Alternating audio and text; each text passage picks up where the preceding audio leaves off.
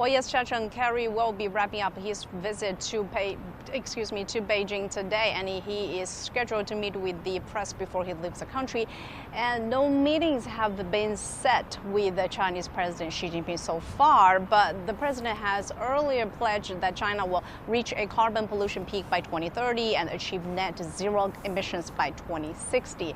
And on Kerry's trip, he has met with the Chinese Premier Li Qiang yesterday, the second highest ranking Chinese official, telling him that China and the U.S. should cooperate more closely on the extremely large challenges posed by the climate change. And he said all nations should strengthen cooperation. That includes China and the United States. And the two sides should take concrete actions to implement the consensus reached by the two heads of states at their meetings in Bali last year, and properly manage differences and bring China and U.S. bilateral relations back to the track of sound and stable development at an early date.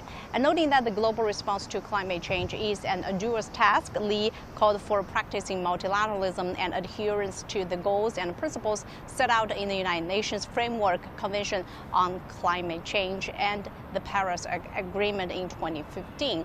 Li also called for sharing scientific and technological achievements and promoting global green and low carbon transmissions, urging developed countries to give more technological support to developing countries. And Kerry also has met with the senior Chinese diplomat Wang Yi, telling him that President Joe Biden's administration is very committed to stabilizing relations between the world's two biggest economies as they seek to restart all these high-level contacts. He said Biden hoped China and the U.S. could work together to make a significant difference to the world, especially in the climate change areas. And in his opening remarks, Wang said that both sides had suffered from a lack of communication, but that China believes through all this renewed dialogue, quote unquote, they could find a proper solution to any problems. He added that the dialogue must be conducted on an equal basis, and there was no immediate comment on Kerry's Monday meeting with his Chinese counterpart Xie Zhenhua, despite the fact that the two had worked together on some of the defining international policies, breakthroughs on of the past decade. That includes the 2015 Paris Agreement.